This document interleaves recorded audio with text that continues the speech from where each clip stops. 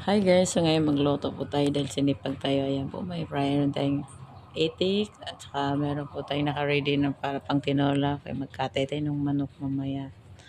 And then meron din po tayong pansit. And then meron din po tayong pampano. Ayan guys. At saka yan na po, katay na po ang ating manok. Ready na po siya lutso. Ayan, chop-chopin na po natin yan. Ayan pong sangkap niya. And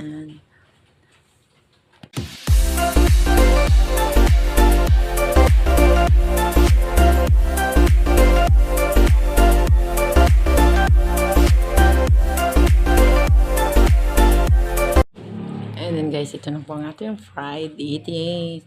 Ayan, masarap siya pag medyo sunog-sunog guys. Ayan din yung kanyang sausawan guys. Ayan. At ito naman tayo sa ating pampano guys.